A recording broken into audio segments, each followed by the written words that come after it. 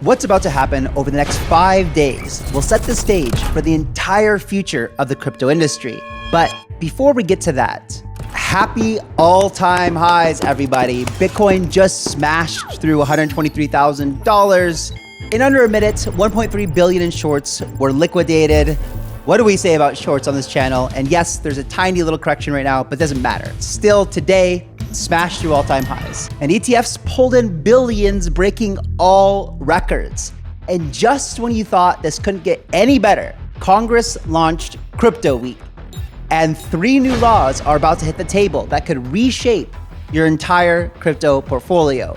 If you think the top is in, think again. This is Bitcoin's perfect storm, and things are about to get even wilder. By the end of this episode, you'll understand what the big money is doing, what Congress is planning to change this week, and how you can use this to your advantage to absolutely crush it this cycle. Last week started out quietly, but then seemingly out of nowhere, Bitcoin made history. Within just a handful of days, the price shot up to $123,000 from $108,000, with the last leg being triggered by $1.3 billion in short liquidations. Traders betting against Bitcoin were wiped out instantly as volatility exploded. But I know, guys, that none of you were caught off guard because we've been preparing for this exact moment for weeks. Now, Bitcoin's market cap sits at 2.39 trillion, overtaking Amazon as a 5th largest asset on Earth. Gold, we're coming for you very soon. And in fact, Bitcoin has just overtaken gold as the best performing asset this year. Of course, you guys have been watching this channel, so you know that this breakout didn't come out of nowhere. For weeks, Bitcoin pressed against the top of its ascending channel, building up pressure with every attempt. When that resistance finally broke, the move turned a ceiling into a launch pad for something much bigger. And all those betting against Bitcoin were the rocket fuel that got us here. Massive short liquidations keep resetting the market. Every time traders get squeezed out of their positions, they're forced to buy back in at higher prices, pushing Bitcoin up even further. This creates a feedback loop where the more people bet against Bitcoin and lose, the stronger each rally becomes. Momentum is picking up across the board. The weekly RSI, a key signal for traders, is pressing right up against its trend line. If it pushes through, this rally could accelerate even more. And here's a pro tip. Every time the RSI gets above 70 on the weekly time frame, that's when Bitcoin goes on its most explosive moves. But once we cross that level, we enter the banana zone for an extended period of insane upside. We're not there yet, though. So that means that the train hasn't quite left yet, but time is ticking. All the numbers are telling us the same thing. Shorts are wiped out, resistance is gone, and the momentum just keeps building. With all this action, Bitcoin just set a new record for its highest weekly close. I'll tell you guys, every day since essentially Friday, the weekend, every time I looked at my new phone, like Bitcoin was making new highs. I just was writing it in my private groups. Happy new all-time high, happy new all-time high. It's still surreal, even for someone who's been in the market for so long. I remember getting Bitcoin back in the early days, like, $20 Bitcoin. But then even when I accumulated the majority of it, it was still between like 120 to up to $500 back in 2013, 14, 15. But it's really wild to see, having made such a big bet back in the day, right? Because in 2013, I converted all of my cash into Bitcoin. And it's just surreal. Looking at the chart right now, I'll tell you, it's a wild feeling to have been in it for so long and to see the conviction had paid off. And this is why I remind you guys of this high conviction plays. I still think, I'll say it again, Bitcoin has another, 70 to 100x left in its tank over the next 15 to 20 years. And while everyone's celebrating the price action, the real action is happening on chain. Wallets with less than 100 Bitcoin, call them shrimps, crabs, and fish, they're absorbing about 19,300 Bitcoin each month. Keep this in mind though, miner issuance over the same period stands at just 13,400 coins. And what do you think that means? Retail, they're coming back. That's nearly 44% more demand from retail alone. Never mind all the institutions, ETFs, and governments also coming for Bitcoin. This is a supply shock that we've been talking about for months. It's playing out in real time. I don't see anyone in the comments anymore talking about, Kyle, the supply shock's not coming. And Glassnode's latest data shows that this group of retail accumulation stays strong over time, month after month. They pull more Bitcoin out of circulation, reducing the liquid supply on exchanges, making it more difficult for whales to enter with size. Let me show you guys something too.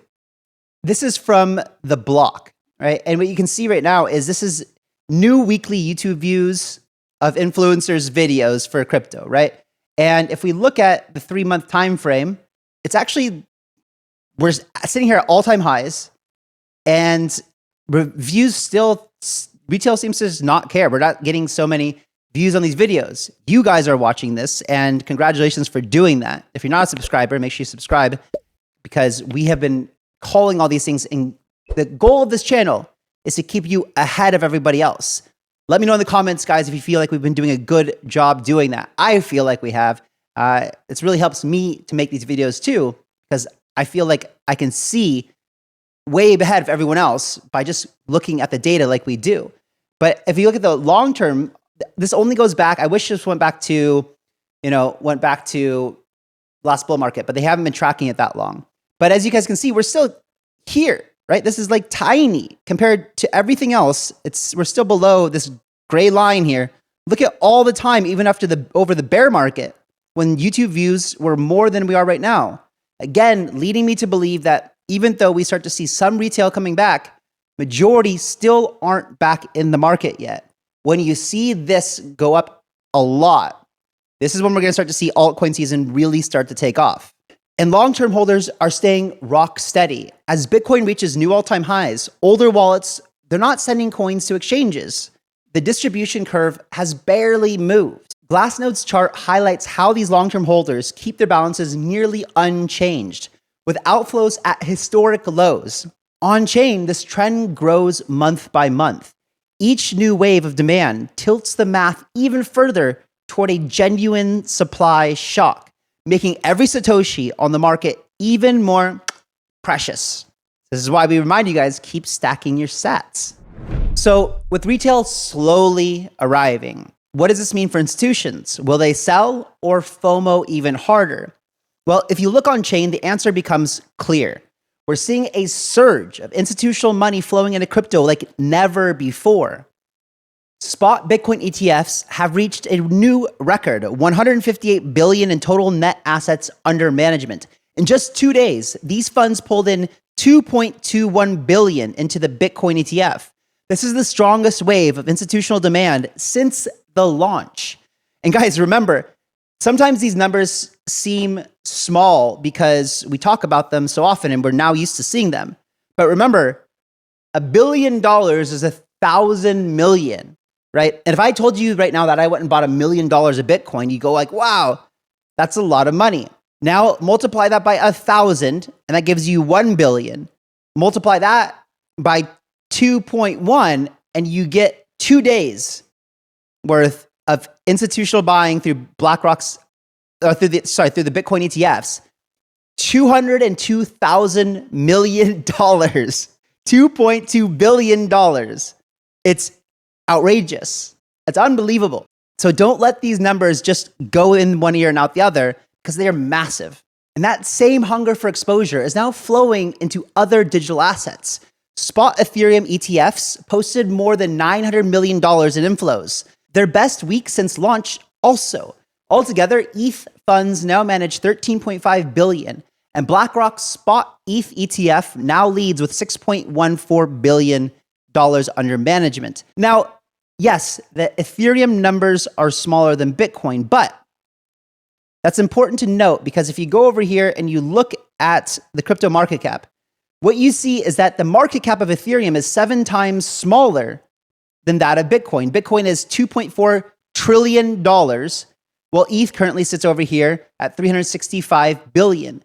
So when you look at that comparatively, it takes less money in to move the price of ETH. And when you look at the amount of flows, for example, last time on Friday, you had $205 million into Ethereum and 1 billion into Bitcoin. But again, it's a 7 times the size of the market cap, but only 5 times the amount of ETF inflows. This is why we're seeing the price of ETH continue to outperform. But it's not just Bitcoin alone. And if you guys have been watching the channel for a while, you know that about a month ago or so, I took the last of my dry powder, put it into Ethereum and Ethereum DeFi plays like Aave, for example. Now, I want to just reiterate the fact that I've been in this market since 2000, first Bitcoin in 2012, but really kind of into crypto since 2013.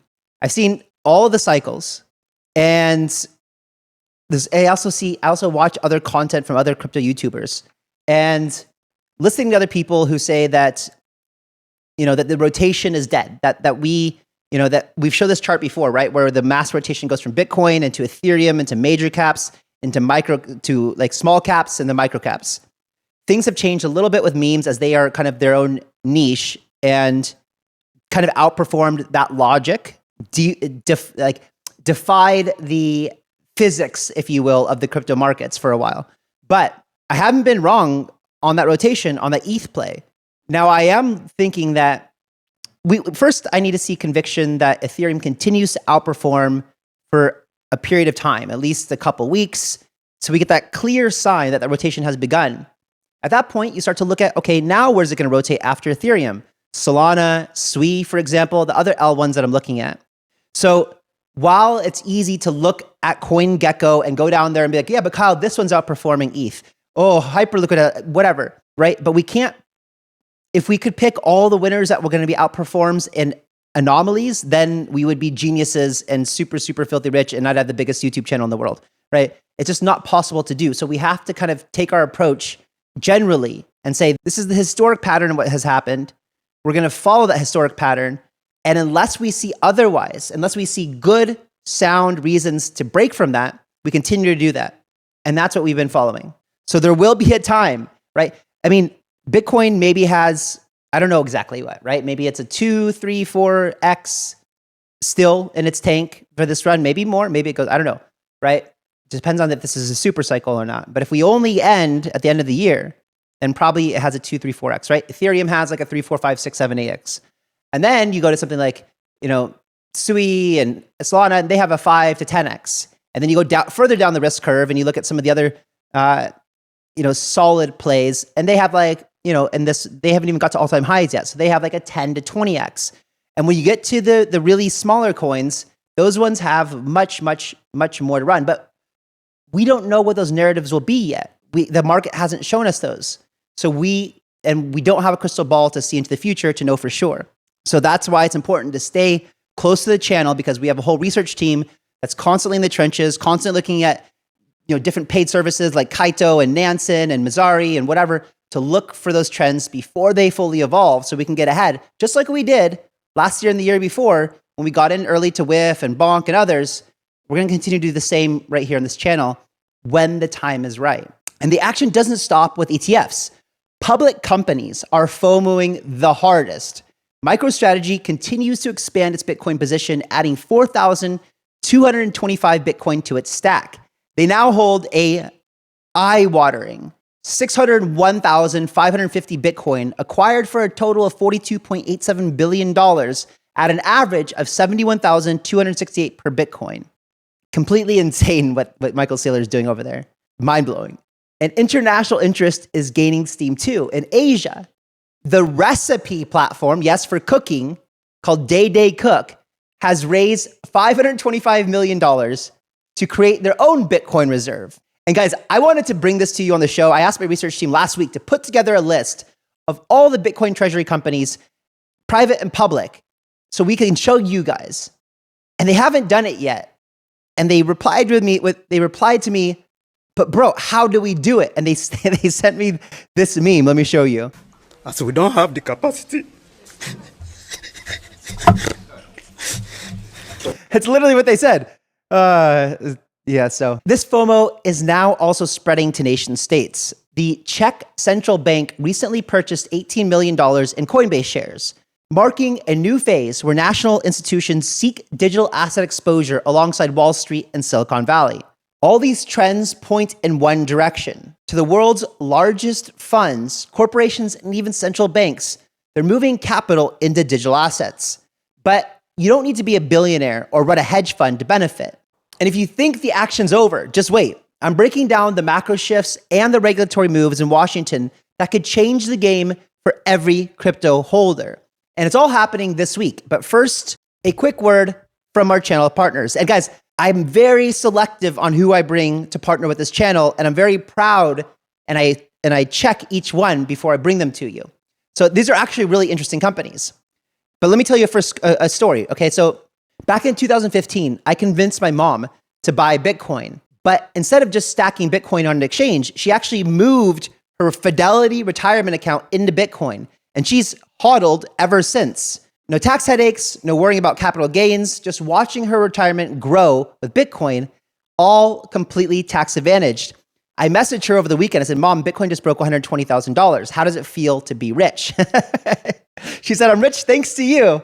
And it was a bit of a process for her to do it back then, but she was able to do it. It was tricky, but Fidelity was one of the companies who was forward thinking and actually allowed my mom to do that. And it's even easier to do that today with our channel sponsor, Bitcoin IRA. A lot of people don't realize you can put crypto into an IRA or retirement fund and let it grow tax-free. Imagine if you had started this 5 years ago or even last year. With Bitcoin IRA, it's simple. The platform is secure, fully regulated, offers insured custody, and 24/7 human support, just like any top-tier retirement service. In fact, they've already helped over 200,000 people take control of their crypto retirements. Rolling over an old 401k or an IRA only takes a few clicks. And if you want your retirement to work as hard as you do, check out Bitcoin IRA.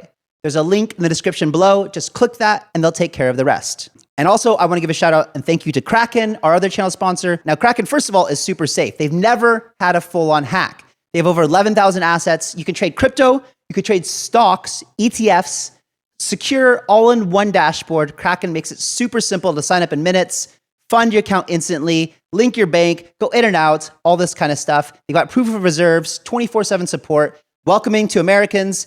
You can go long on Kraken, you can go short on Kraken, you can buy anything you want.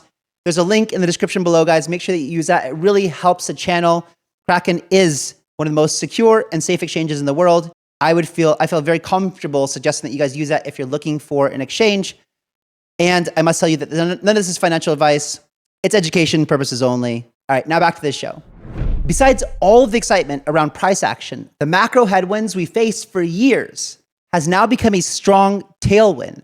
And just look at the global markets across the board. They're all at all-time highs. Everything is up. Remember when we made that video called the everything bubble? It's happening. It's crazy to think that we are just getting started. Interest rates haven't even dropped yet. And the money printer is just starting to fire up. You can feel it humming. Oh, those memes are going to be crazy. The White House is raising uncertainty in monetary policy. Fed Chair Jerome Powell's future is now under scrutiny as officials question a $700 million budget overrun for the Fed's headquarters renovation. Economic advisors are openly discussing whether the president could remove Powell from his position. The news first triggered volatility earlier in the year when rumors of Powell leaving caused a spike in interest rates and a sell-off across risk assets. Powell's current term runs through May 2026.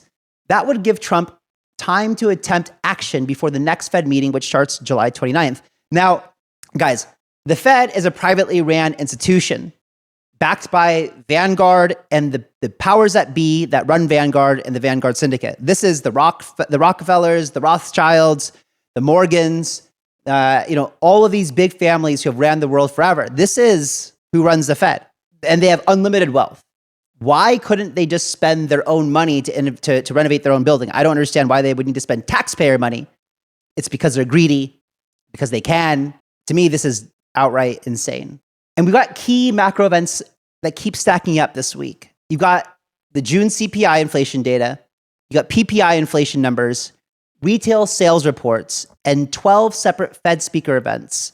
This will be one of the most data-heavy weeks of the summer, so I expect a lot of volatility. The market's mood is shifting. The S&P 500 in Bitcoin terms is down 15% year to date. And since 2012, it has lost, get this, 99.9% of its value against Bitcoin.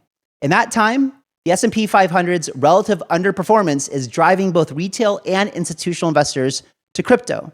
Trade wars, central bank drama, inflation, and relative equity underperformance are converging. In moments like these, demand for neutral reserve assets accelerate, and Bitcoin stands front and center. But as investors look for stability, there's another force gathering in Washington. This week, lawmakers are turning their focus to crypto regulation itself, and the outcome could set the rules for the next chapter in our industry. Congress is kicking off what they're calling Crypto Week. Starting today, lawmakers are set to debate 3 major crypto bills.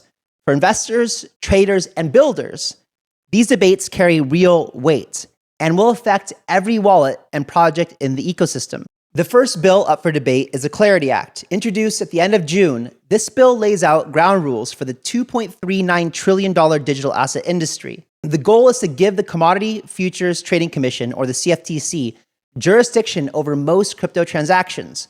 Under this law, crypto exchanges and brokers would need to register with the CFTC and meet new requirements for record keeping and transparency. The bill defines mature blockchains as networks with broad use and no more than 20% ownership concentrated in any set of hands. Supporters are calling this a chance to finally bring clarity to US digital asset regulation.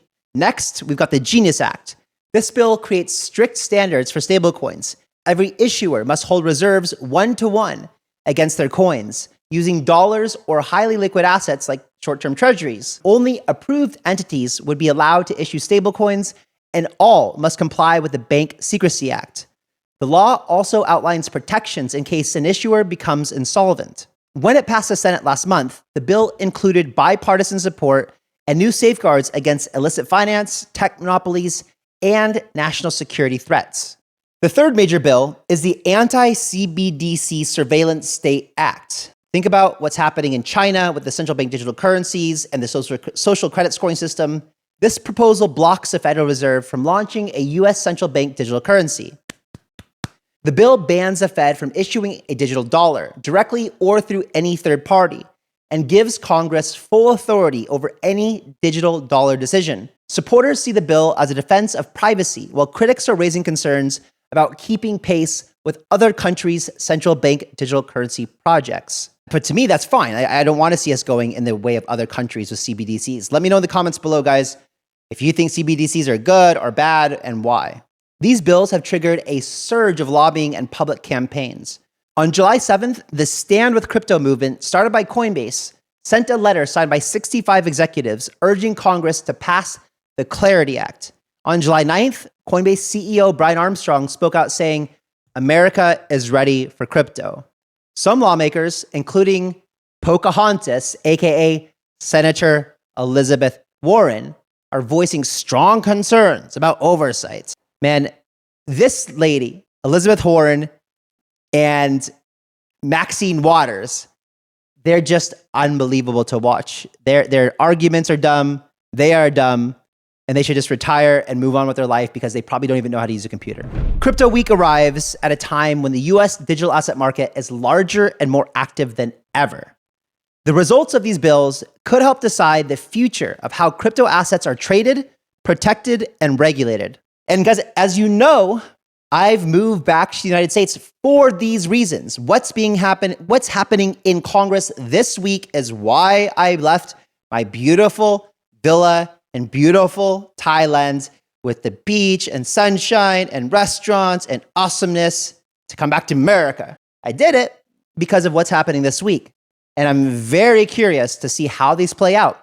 And if all of this passes through and we start to see a very pro-crypto America, which we already start to see, but if America truly becomes the crypto capital of the world, hopefully what we're doing at Paid Network and Commonwealth will be allowed to flourish in America. That's why I'm here.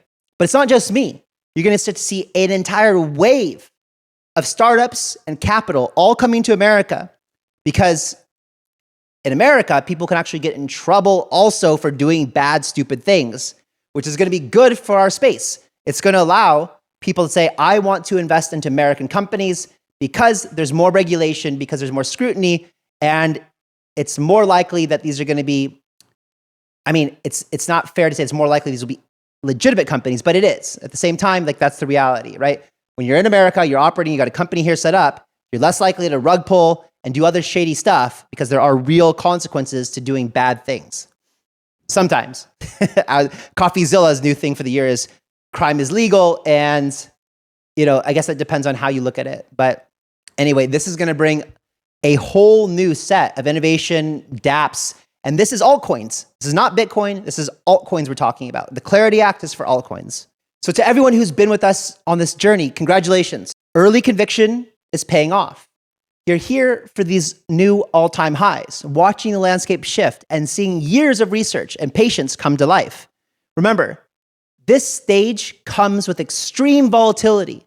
And my word of caution here, guys, is, first of all, if you're a trader and you want to trade your own account, make sure that you use one of my affiliate links in the description below. It would mean the world to me. That's all I ask from you guys.